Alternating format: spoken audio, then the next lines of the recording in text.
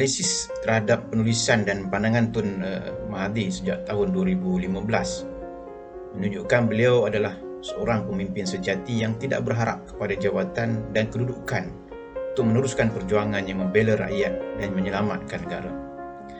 Dalam tempoh masa PRU ke-13 pada tahun 2013 sehingga sebelum terbongkarnya skandal 1MDB pada pertengahan tahun 2015, beliau dilihat mengaplikasikan pendekatan kepimpinan aktif konstruktif ataupun aktif konstruktif leadership, iaitu lebih memberi tumpuan kepada teguran yang membina agar Datuk Seri Najib mendapat bimbingan yang baik bagi memperbaiki keadaan krisis keyakinan rakyat terhadap kerajaan UMNO Barisan Nasional.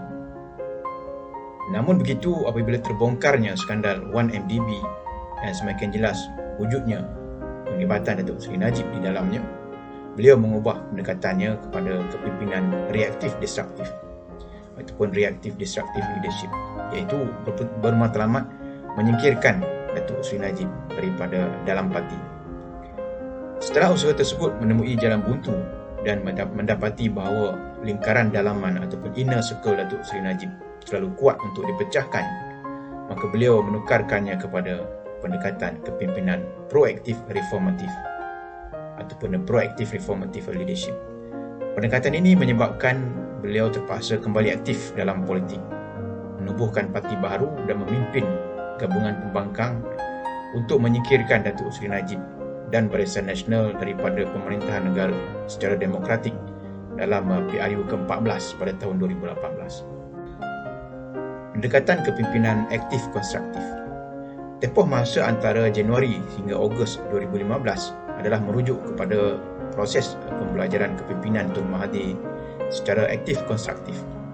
Proses pembelajaran ini adalah berasaskan keputusan pilihan raya umum ke-13 yang menyaksikan Datuk Seri Najib dan Barisan Nasional mencapai prestasi yang lebih buruk berbanding dengan Tun Abdullah Ahmad Badawi. Melalui proses diagnosis yang beliau jalankan, terdapat 4 isu pembelajaran kepimpinan yang diterukainya, iaitu pertama, kelemahan kepimpinan Datuk Seri Najib yang terlalu menekankan aspek bagaimana dalam melaksanakan inisiatif mencapai wawasan 2020 dan mengembalikan sokongan kepada UMNO Barisan Nasional. Sedangkan Tun Mahathir menekankan aspek kenapa wawasan 2020 dan inisiatif mengembalikan sokongan kepada UMNO Barisan Nasional gagal.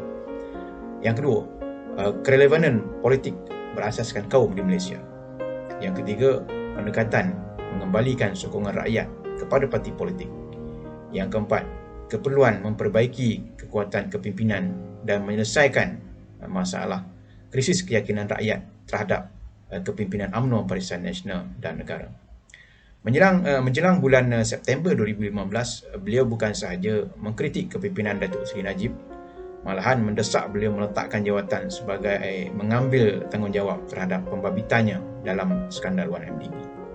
Ketika ini, pendekatan kepimpinan beliau jelas berubah kepada pendekatan reaktif destruktif, iaitu menjadikan skandal 1MDB dan tuduhan rasuah terhadap Datuk Seri Najib sebagai isu penting yang sentiasa menyebabkan beliau bertindak balas dari semasa ke semasa. Beliau juga berharap akan menggunakan segala kekuatan dan kemampuan yang ada untuk menyingkirkan Datuk Seri Najib daripada jawatannya sebagai Perdana Menteri dan juga Presiden UMNO. Pendekatan kepimpinan reaktif destruktif. Setelah mengetahui punca sebenar masalah kepimpinan negara yang berakar umbi kepada skandal 1MDB dan tuduhan penglibatan Datuk Seri Najib di dalamnya, Tun Dr. Mahathir secara terbuka meminta beliau meletakkan jawatan demi kebaikan rakyat, parti dan negara. Beliau menggesa ahli dan pemimpin UMNO menggunakan hak demokratik mereka untuk menyuarakan ketidakpuasan hati mereka. Tindakan beliau ini lebih berbentuk aktif konstruktif, iaitu pendekatan secara perbincangan dan inginkan pembaikan daripada dalaman. Namun begitu, pendekatan ini nampaknya tidak berjaya mencapai matlamatnya disebabkan Datuk Seri Najib dilihat berusaha bersungguh-sungguh mempertahankan kedudukannya dan ramai penyokong setia yang memihak kepadanya. Tun Mahathir akhirnya mula melangkah ke arah melaksanakan pendekatan reaktif destruktif, termasuklah kesediaannya untuk turun berdemonstrasi di jalanan. Sehingga bulan Disember 2015, Tun Mahathir menunjukkan keaktifannya menggerakkan usaha menyedarkan para ahli dan pemimpin UMNO dan Barisan Nasional agar mengambil tindakan segera menyingkirkan Datuk Seri Najib daripada jawatannya jika tidak mahu keadaan menjadi lebih buruk sehingga menjejaskan kedudukan parti dan pentadbiran kerajaan secara keseluruhannya. UMNO dan Barisan Nasional pastinya akan menghadapi risiko ditolak oleh rakyat dalam pilihan raya umum yang akan datang. Untuk memperlihatkan hasratnya yang berkobar-kobar menyingkirkan Datuk Seri Najib, beliau menyertai pemimpin pembangkang dan mengasaskan gerakan Selamatkan Malaysia ataupun Save Malaysia melalui deklarasi rakyat untuk menyelamatkan negara daripada menjadi negara yang gagal. Tindakan ini merupakan satu lagi langkah utama dalam proses pembelajaran kepimpinan menggunakan pendekatan Project Organised Problem Based Learning ataupun POPBL. Tun Mahathir yakin bahawa hanya melalui satu projek atau gerakan secara besar-besaran, kesedaran untuk menyedarkan rakyat agar mereka membuat perubahan melalui suara dan undi mereka dalam pilihan raya berjaya dilaksanakan. Projek POPBL yang dilaksanakan ini adalah bermatlamat menyingkirkan Datuk Seri Najib dan Barisan Nasional daripada pemerintah negara supaya negara dapat dipulihkan daripada kerosakan. Pendekatan kepimpinan yang digunakan adalah pendekatan reaktif destruktif. Tun Mahathir sedar bahawa ketika ini rakyat sedang bergantung harap kepadanya dan barisan pemimpin parti pembangkang. Seperti kata Sun Tzu di dalam bukunya The Art of War, thus it may be known that the leader of armies is the arbiter of the people's fate, the man on whom it depends whether the nation shall be in peace or in peril. Apa yang perlu dilakukan oleh Tun Mahathir adalah menggunakan kaedah untuk menarik musuhnya lebih dekat. Tunjukkan bahawa dirinya tidaklah begitu bersedia, keadaan ini akan melekakan musuhnya. Bila berpeluang, maka gerakkan serangan untuk memusnahkannya. Hold out beats to entice the enemy, feign disorder and crush him. Strategi ini beliau laksanakan sepanjang bulan Januari sehingga bulan Jun 2016. Tun Mahathir dilihat begitu fokus dalam usahanya menyerang titik lemah Datuk Seri Najib. Beliau tidak memberi peluang untuk Datuk Seri Najib merasa selesa dengan segala usahanya cuba menutup skandal 1MDB dan melindungi dirinya daripada dikenakan tindakan undang-undang. Skandal 1MDB dan tuduhan rasuah terhadap Datuk Seri Najib yang terlalu jelas melalui bukti kemasukan wang 2.6 bilion ringgit dalam akaun peribadinya. Ini adalah titik lemah yang semestinya diserang secara bertubi-tubi. Serangan berterusan ini akan dapat mengelakkan Datuk Seri Najib mengambil tindakan serangan balas yang berkesan. Pastinya Tun Mahathir mengetahui bahawa kedudukannya lebih lemah berbanding Datuk Seri Najib. Oleh itu, beliau tidak boleh berhenti menyerang dan membiarkan Datuk Seri Najib mengambil kesempatan untuk menyerang kembali. Daripada perspektif peperangan, seorang komander yang memimpin pasukannya perlu terus menyerang dan bergerak lebih pantas daripada musuhnya untuk mengelakkan musuhnya bangkit dan menyerang kembali. Sun Tzu menulis di dalam The Art of War, "You may advance and be absolutely irresistible if you make for the enemy's weak points. You may retire and be safe from pursuit if your movements are more rapid than those of the enemy." Inilah apa yang dilakukan oleh Tun Mahathir pada separuh pertama tahun 2016. Pendekatan kepimpinan proaktif reformatif. Tuntutan sivil yang dikemukakan oleh Jabatan Kehakiman Amerika Syarikat DOJ pada bulan Julai 2016 mengejutkan dunia apabila pelibatan Datuk Seri Najib dengan skandal 1MDB dilaporkan dengan semakin jelas. Walaupun namanya tidak disebut dengan jelas dan hanya dirujuk sebagai pegawai tertinggi nombor 1, Malaysian Official 1, MO1, laporan berkaitan kemasukan wang sebanyak kira-kira 2.6 bilion ringgit ke dalam akaun peribadinya amat jelas merujuk kepada beliau. Hakikat ini akhirnya disahkan oleh seorang menteri beliau sendiri. Bagi Tun Mahathir, laporan berita tentang tuntutan sivil DOJ ini adalah satu bukti paling ampuh untuk beliau gunakan dalam kempen serangan politiknya terhadap Datuk Seri Najib. Amat jelas kini Datuk Seri Najib sudah terkepung dan tidak mampu lagi menafikan pembabitan beliau dalam skandal keuangan terbesar di dunia ini. Untuk lebih meningkatkan keberkesanan kempennya menyingkirkan Datuk Seri Najib dan Barisan Nasional dalam pilihan raya umum ke-14, beliau perlukan batalionnya sendiri. Strategi ini dipergiatkan pada 6 bulan terakhir tahun 2016. Keupayaan untuk bekerjasama rapat dengan parti-parti pembangkang lain merupakan satu kejayaan terpenting dalam proses pembelajaran kepimpinan berasaskan POPBL Tun Mahathir dalam fasa kepimpinan proaktif reformatif ini. Proses mengubah persepsi negatif terhadap musuh lama yang telah sedia bertapak dalam minda Tun Mahathir dan barisan kepimpinan Parti Bersatu bukanlah satu proses yang mudah. Hanya keberanian, prinsip dan integriti perjuangan yang tinggi sahaja mampu menggerakkan Tun Mahathir melupakan segala permusuhannya dengan para pemimpin parti pembangkang untuk duduk bersama mereka dalam satu pasukan. Begitu juga dengan para pemimpin parti pembangkang daripada DAP, PKR dan Amanah yang menunjukkan keberanian dan prinsip perjuangan yang tinggi untuk menyambut Tun Mahathir masuk ke dalam pasukan mereka, sekalipun tokoh inilah yang banyak melakukan kerosakan terhadap perjuangan mereka sebelum ini. Pendekatan kepimpinan proaktif reformatif ini juga bercirikan membangun dan membaiki, to develop and to reform, bukannya merosak dan menghancurkan, to shatter ataupun to destroy. Pendekatan ini menghendaki seorang pemimpin mencari titik kebaikan yang ada pada musuhnya untuk dibangunkan secara bersama dan mengenal pasti keburukan untuk dibaiki secara berterusan. Tun Mahathir dan musuh politik lamanya dalam Pakatan Pembangkang ini mempunyai matlamat yang dikongsi bersama, iaitu untuk menyelamatkan negara daripada kepimpinan kleptokrasi Datuk Seri Najib dan Barisan Nasional.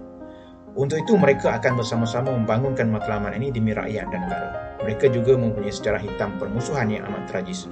Ramai pemimpin pembangkang ini pernah mengalami penderitaan dan penyiksaan fizikal, minda dan emosi ketika pentadbiran Tun Mahathir.